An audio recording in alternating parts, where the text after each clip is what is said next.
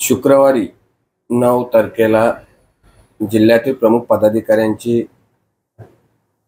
बैठक आयोजित केली होती। त्या बैठकीला शिवसेनेच्या नेत्या आणि सर्वच नेते मंडळी उपस्थित होते। त्यावेळेला जो विषय झाला की अलिबाग आणि पेनमध्ये भारतीय जनता पार्टीची अलिबागमध्ये जी छोटम भोईर यांनी शिवसेनेच्या विरोधात स्वतःची उमेदवार डिक्लेअर करून सोशल मीडियावर जे बॅनर पाठवायला सुरुवात केल्यानंतर मी तिथे माझे जे विचार आहेत ते विचार मांडताना मी सांगितलं की कुठेतरी छोटम भोईर यांनी माकड चाले करू नये, ते कुठेतरी थांबवावे एवढंच बोललो। मी स्वतः त्यांना माकड माझ्या भाषेमध्ये मी काय बोललो नाही, माकड चाले थांबवावे एवढंच बोललो। आणि त्यानंतर शनिवारी त्यांनी जी प्रतिक्रिया दिली म्हणजे शासकीय कार्यक्रम, आदिवासींचा शासकीय कार्यक्रम होता आणि त्या शासकीय कार्यक्रमामध्ये जे माझ्यावर चोर, खोटी बिलं काढली अशी जी वक्तव्य केलेत त्या वक्तव्याचा जनतेला कुठेतरी खुलासा करायला पाहिजे म्हणून आज मी पत्रकार परिषद घेतली। कारण छोटम भोईर यांनी मी कुठेही जर 1 रुपयाचा खोटा बिल जर काढला असेल आणि त्याही जर सिद्ध केला तर मी माझ्या जिल्हा प्रमुख पदाचा राजीनामा देईल, नाहीतर त्यांनी त्यांच्या पदाचा राजीनामा द्यावा।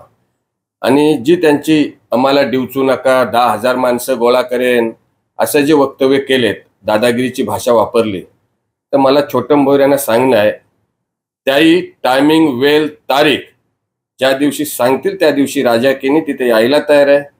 आणि ते जेव्हा 10,000 लोक उभं करते असे सांगतात तर मी अख्खा जिल्हा उभा करू शकतो।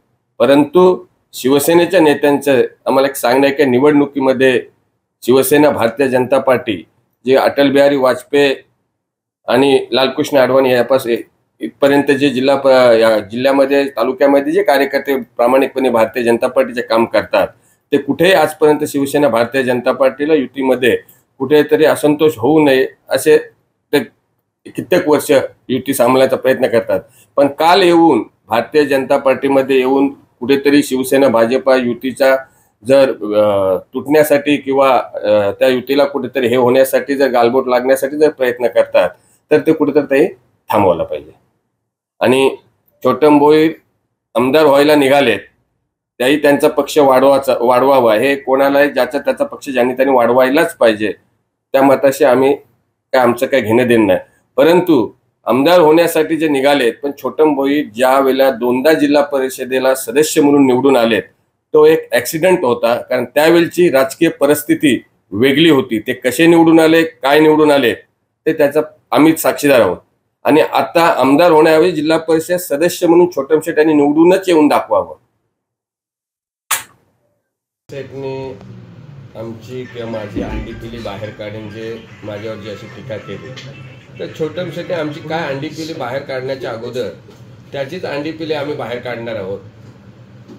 आणि त्या जो भाड खाऊ म्हणून जो माझ्यावर जी टीका केली, आता कोणी सभापती असताना कोणी कोणाची भाड खाल्ली आणि आता बंगल्यावाल्यांची कोण भाड खातोय हे पण सारे जनतेला माहीत आहे। आदिवासी जनतेच्या नावावर आदिवासींचा नेता म्हणून आदिवासींच्याच योजनेमध्ये सभापती असताना किती भाड खाल्ली हे त्या छोटम शेठला विचारा। महाचोर देखील म्हटलंय, नंतर कशासाठी असं टीका, एवढी टोकाची विखारी टीका कशी?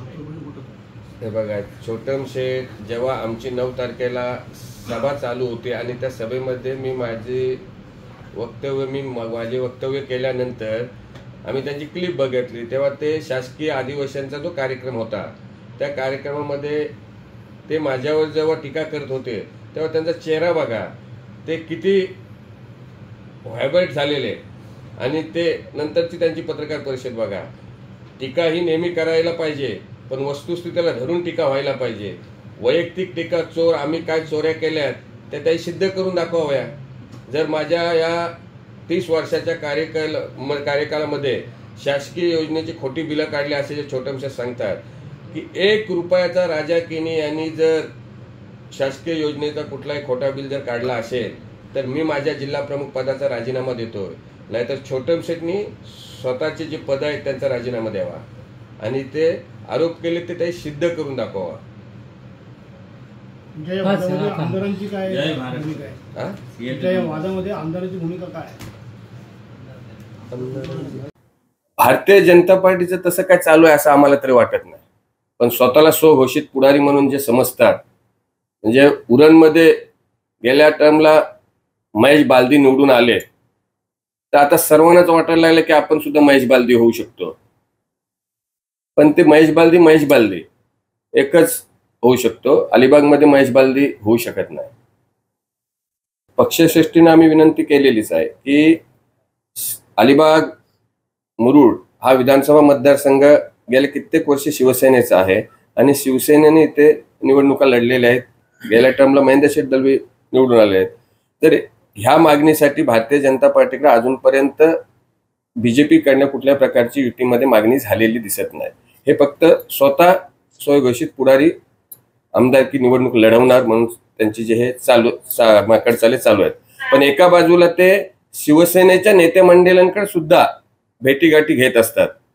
जर इथून त्यांना सीट मिळाली नाही तर कुठे तर सेनेकडनं सीट मिळेल, म्हणजे उभाटाकडनं सीट मिळेल, याची सुद्धा चाचपणी ते करत आहेत.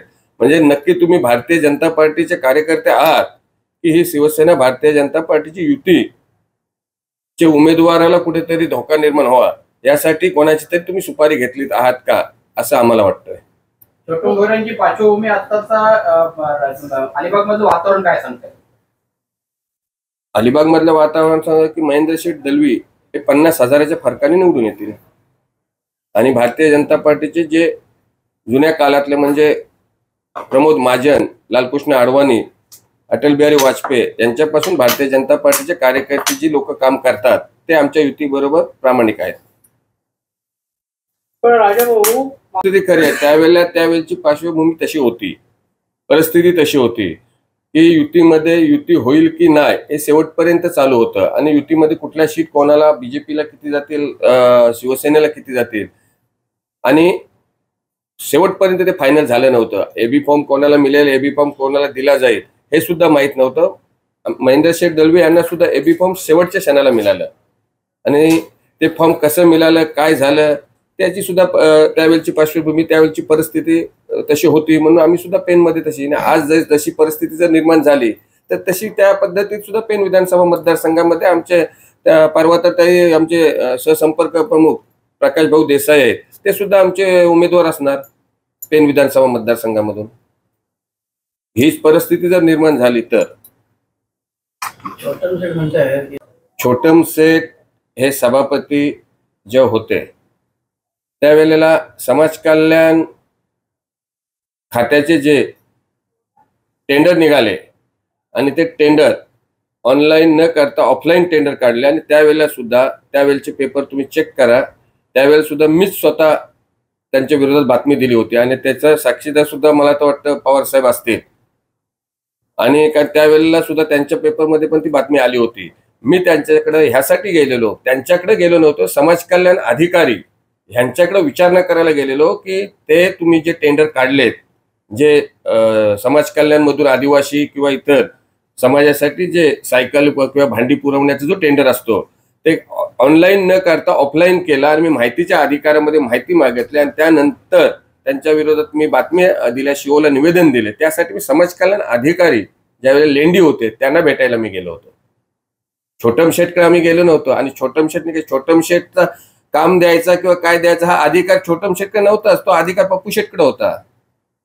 प्रसाद भोईर हे भारतीय जनता पार्टीमध्ये 1 वर्षापूर्वी ते गेले आणि ज्यांच्या अध्यक्षतेखाली जे धैर्यशील दादा अध्यक्ष आहेत भारतीय जनता पार्टीचे आणि तिथले भारतीय जनता पार्टीचे आमदार रविशेठ पाटील आहेत, सिनियर आहेत ते आणि ते आमदार आता सुद्धा आहेत आणि त्यांच्या विरोधात भारतीय जनता पार्टीच्या विधानसभा मतदारसंघा म्हणजे पेन विधानसभा मतदारसंघावर अध्यक्ष म्हणून प्रसाद भोईर हे तिथे काम करत होते आणि ते पक्षाचं काम करत असताना कुठल्याही प्रकारचा प्रोटोकॉल ते पाळत नव्हते आणि आतून जे आमदारकी लढवणार किंवा भावी आमदार असे जे सोशल मीडियावर काही बॅनर स्वतःहून पसरवलं गेले आणि त्यामुळे भारतीय जनता पार्टीच्या वरिष्ठांनी आणि जिल्हा अध्यक्ष धैर्यशील पाटील यांनी त्यांच्यावर कारवाई केली. तर त्यांच्यावर कारवाई झाली म्हणूनच आम्ही इकडे ह्या अलिबागच्या भोईरांवर कारवाई होण्यासाठी आम्ही सांगत आहे. आणि प्रसाद भोईरची जर तुम्हाला हिस्ट्री सांगितली तर हे आमच्या बाजूलाच माझ्या ग्रामपंचायत हद्दीमध्ये 125 एकर म्हणजे एकर जमीन शेतकऱ्यांची कशी बळकावून घेतली आणि JSW कंपनीने त्या शेतकऱ्यांना 60 लाख रुपये एकरी भाव दिलाय आणि तो भाव प्रसाद भोईर आणि त्यांच्या बरोबर असणार त्याचे मित्र आमच्या विभागातला त्याही शेतकऱ्यांना 13 लाख रुपयाचा भाव दिलेला आहे आणि जमिनी खरेदी केल्यात। आणि असे तुम्ही लोकांना फसवून जर व्यवहार करत असाल आणि आमदारकीचे स्वप्न बघत असाल तो लोक एवढे का वेडे नाही। तुम्ही पैसा कसा कुठल्या मार्गाने कमवलात काय कमवलात ह्याच्याशी आमचं काही घेणं देणं नाही, पण माझ्या पंचकृषीतील माझ्या हद्दीतील 125 एकर जागा ही 60 लाख रुपयाचा कंपनीचा भाव असताना 13 लाख रुपये एकरीमध्ये त्याही खरेदी केली। प्रसाद भोईर यांनी ह्या पंचकृषीमध्ये आणि त्या जागेवर येऊन फक्त पाय ठेवून दाखवावा, मग शेतकरी काय जागा आहे ती त्याला त्यांची जागा दाखवतील। लोकसभेचा विचार